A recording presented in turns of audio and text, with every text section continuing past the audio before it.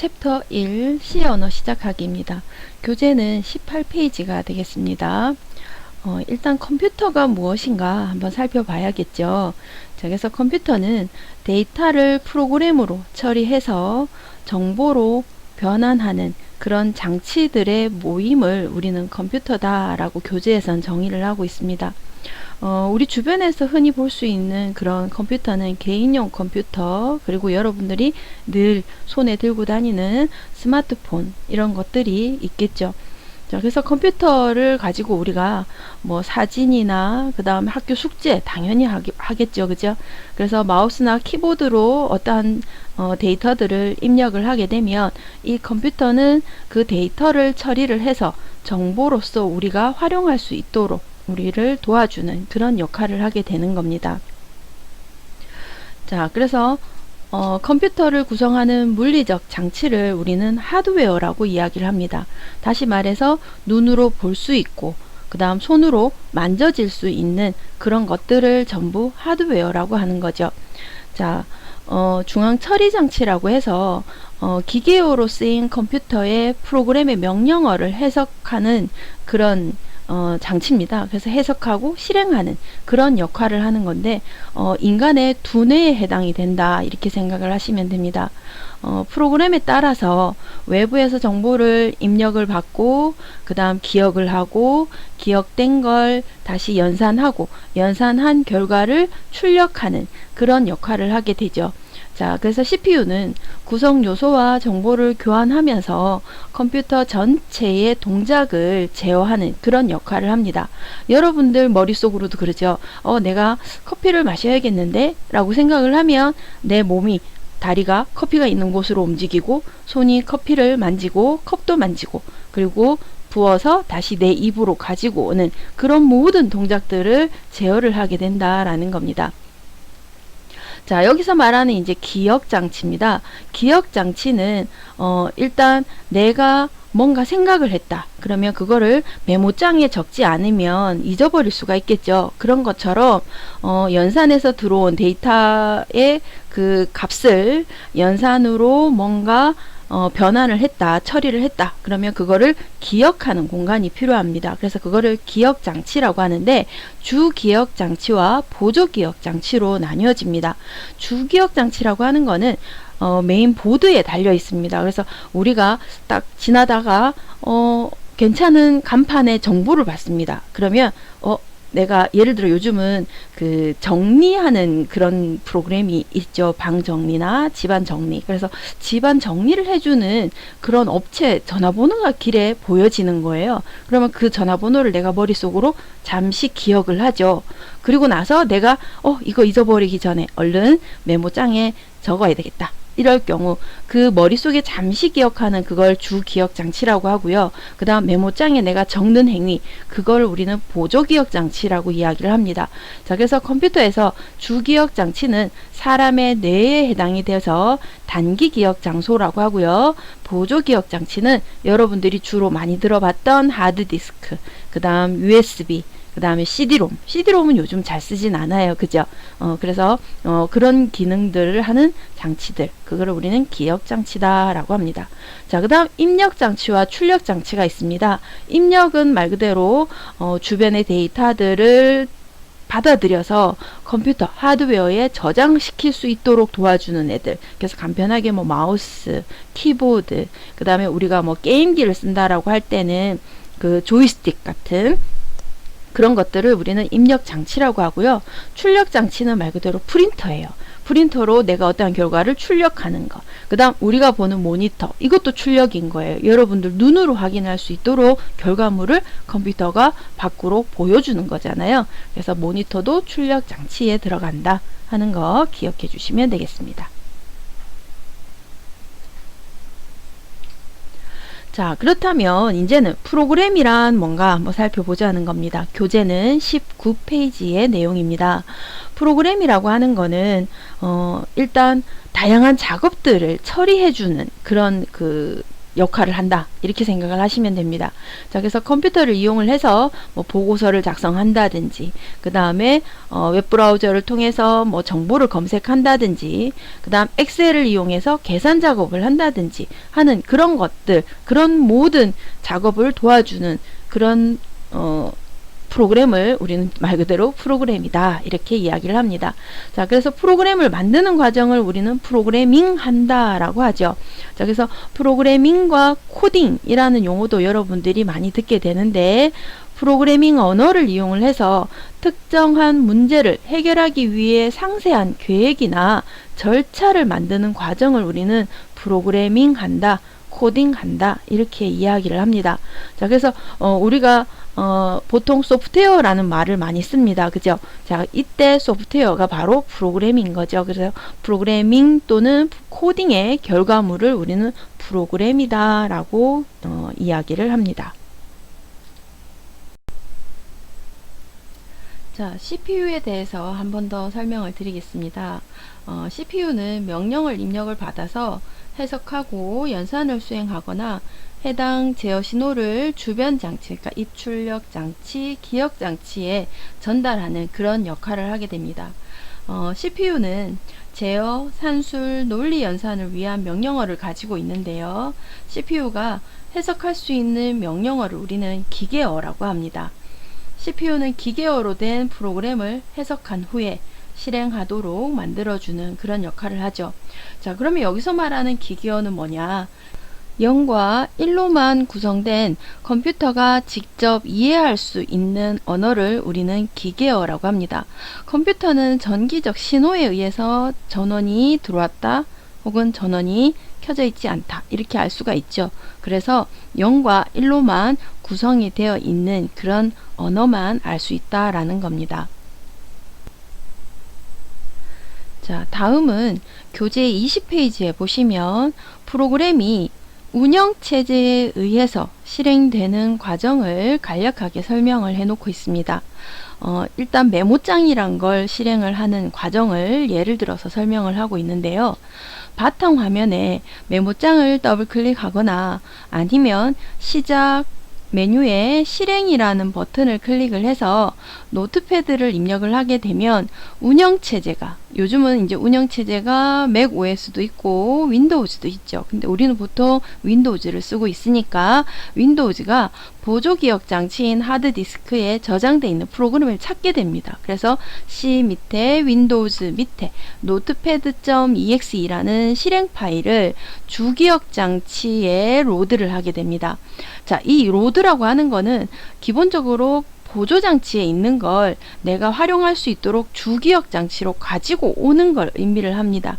그래서 로드, 싣다 라는 의미로 실제로는 복사한다 라는 그 의미를 가지고 있습니다.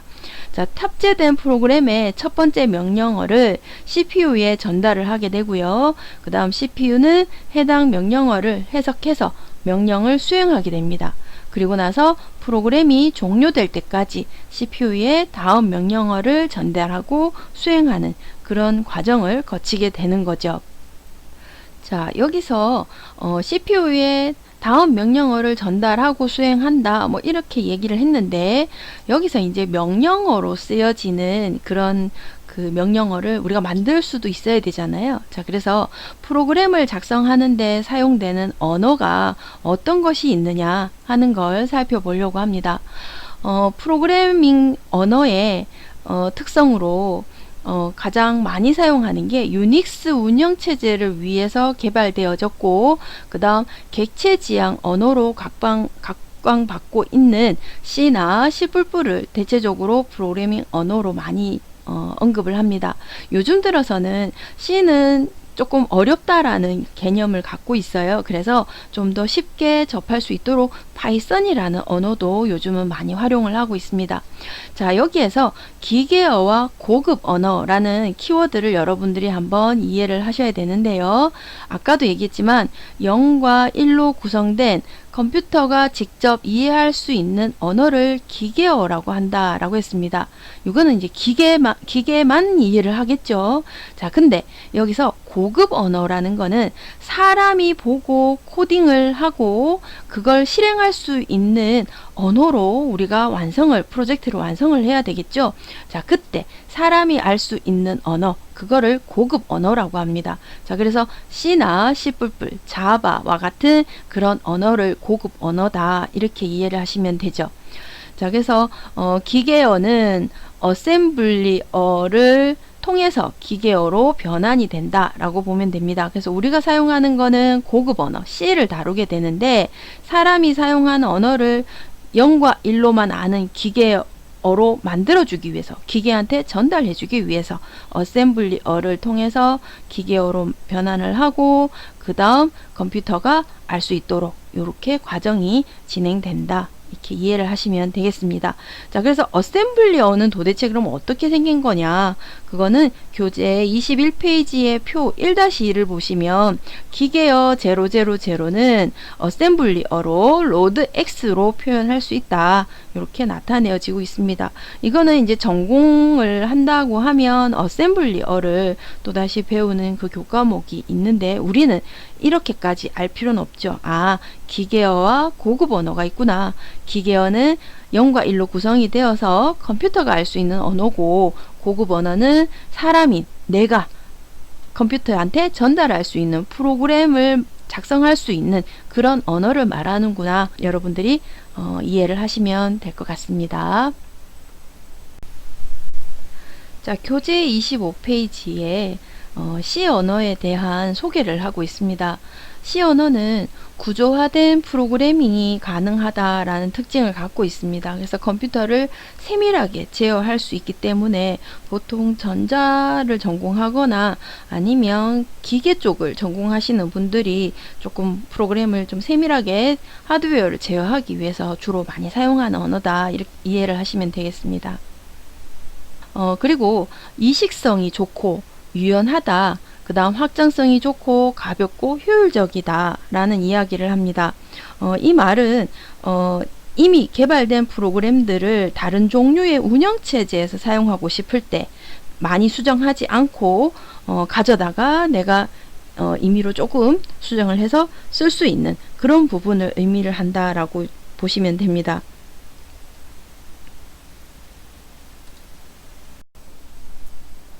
자, 교재 26페이지 프로그램 개발 과정에 대해서 설명을 하고 있습니다. 프로그램은 문제 분석, 그 다음 설계, 순서도와 의석 코드를 분석을 하고, 그 다음 코딩을 해서 컴파일 링크를 거쳐서, 그 다음 디버깅을 하고, 그 다음 테스트와 평가 단계를 거쳐서 실행을 하는 이런 과정을 거치게 됩니다. 그래서 교재 그림 1-5에 보시면 프로그램 개발 과정에 대한 부분을 순서대로 나열을 하고 있습니다. 그 첫 번째가 문제 분석인데요. 문제 분석 같은 경우는 문제의 내용과 성격을 파악을 하고 프로그램의 요구사항을 도출을 해서 적합한 해결 방법을 찾는 과정을 우리는 문제 분석이라고 합니다. 자, 그리고 설계는 문제 분석 단계에서 도출된 요구사항을 분석을 해서 문제 해결을 위한 그런 제반 사항들을 결정하는 그런 단계가 되고요.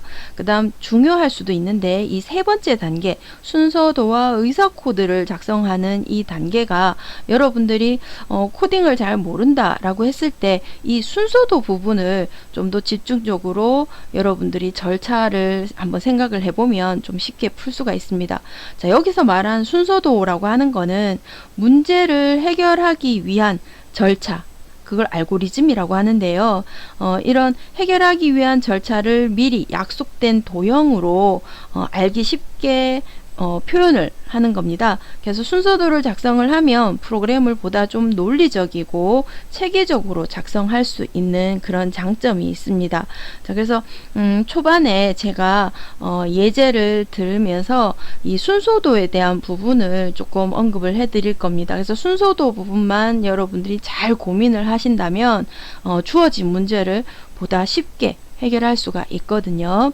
자, 그 다음 네 번째 단계가 코딩이고, 그 다음 컴파일과 링크 단계를 거쳐서 그 다음 디버깅하고 평가 실행하게 된다. 자, 여기서 한 번 더 여러분들이 한번 생각을 해봐야 될게요. 컴파일과 링크 부분입니다. 자, 교재 27페이지 아래 부분에 보시면 실행 파일 생성 과정이다 라고 해서 그림 1-6이 있습니다. 자, 여기서 소스 코드를 우리가 만들게 됩니다. 여러분들이 예제를 이제 만들 텐데 확장자가 .c로 만들어지고요. C++ 라고 해서 C++ 파일을 만들게 될 때는 확장자가 .cpp가 되게 됩니다.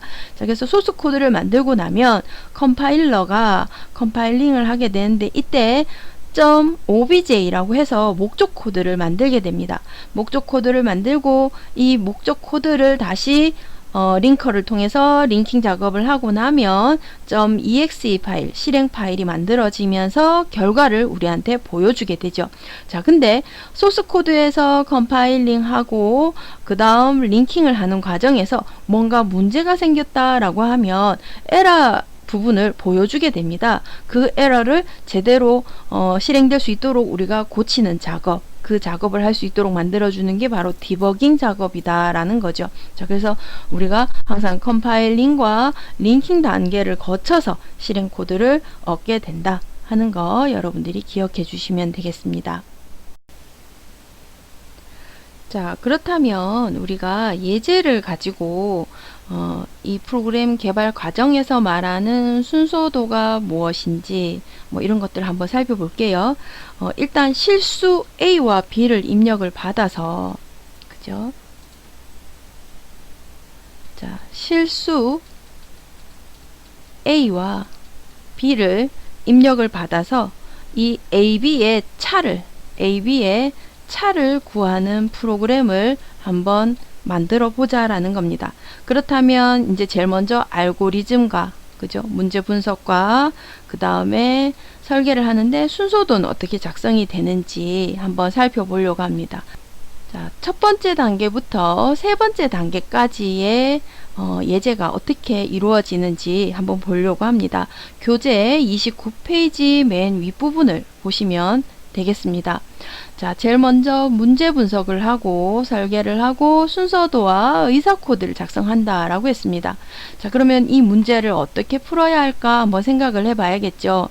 일단 실수 AB를 입력을 받는다 라고 했습니다. 그래서 실수 AB를 읽어 드려서 A와 B를 차를 구하겠죠. 그래서 차를 구해서 만약에 구한 차가 0보다 크거나 같다면 4번으로 가고, 만약에 A와 B를 차를 구했을 때 0보다 작다면 5번으로 가라, 이렇게 만들겠다라는 겁니다.